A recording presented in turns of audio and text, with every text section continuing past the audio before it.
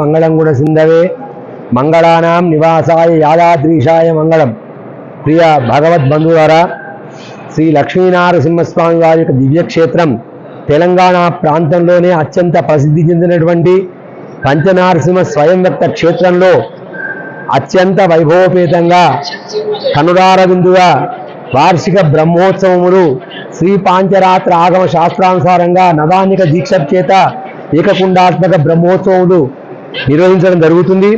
ఈరోజు స్వామివారి యొక్క సన్నిధిలో వేద పారాయణములు, అలాగే రామాయణ, ఇతిహాస, భారత, భాగవత, పురాణ మూలమంత్ర అనుష్ఠాన జపాలను ఋత్విక్ వరేణ్యుల చేత 108 మంది ఋత్విక్కుల చేత ఈ యొక్క కార్యక్రమాలను ప్రారంభించడం జరిగింది. అలాగే ధార్మిక, సాహిత్య, సంగీత మహాసభలు ఎంతో మంది పండిత వరేణ్యుల చేత ఈ యొక్క ఉత్సవాలను నిర్వహించుకోవడం జరుగుతుంది. ఈరోజు విశేషంగా ప్రథమంగా అలంకారంగా స్వామి నృసింహస్వామి వారు దశావతారాలలో మొదటి అవతారమైనటువంటి మత్స్యావతారంలో పురవీధులలో ఊరేగించి భక్తులందరికీ కూడా కనువిందుగా అలంకారంలో దర్శనమిచ్చారు. ఈరోజు దశావతారాలలో మొదటైనటువంటి మత్స్యావతారాన్ని మనం సేవించుకోవడం జరిగింది. మత్స్యావతారం యొక్క విశేషము వేద ఉద్ధరణకై వచ్చినటువంటి అవతారమే మత్స్యావతారం.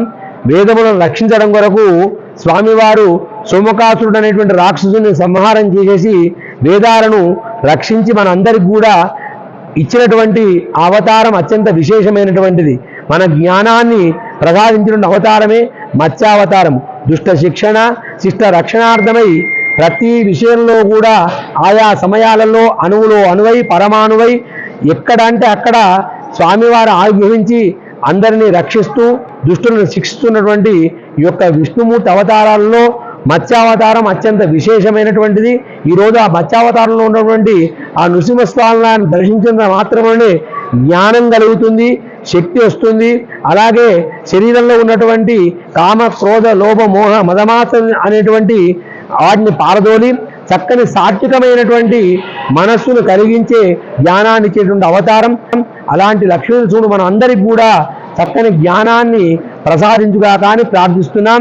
సాయంకాలము శేషవాహనంలో స్వామివారు విశేషంగా నృసింహులు స్వామి ఆ శేషవాహనంలో పురవీధుల్లో ఊరేగుతారు. ప్రప్రథమంగా ఈరోజు బంగారుమయమైనటువంటి ఆ శేషవాహనంలో స్వామివారు అద్భుతంగా అలంకరించుకొని మన అందరినీ కూడా ఆశీర్వదించడం కొరకు పురవీధులలో ఊరేగుతాడు.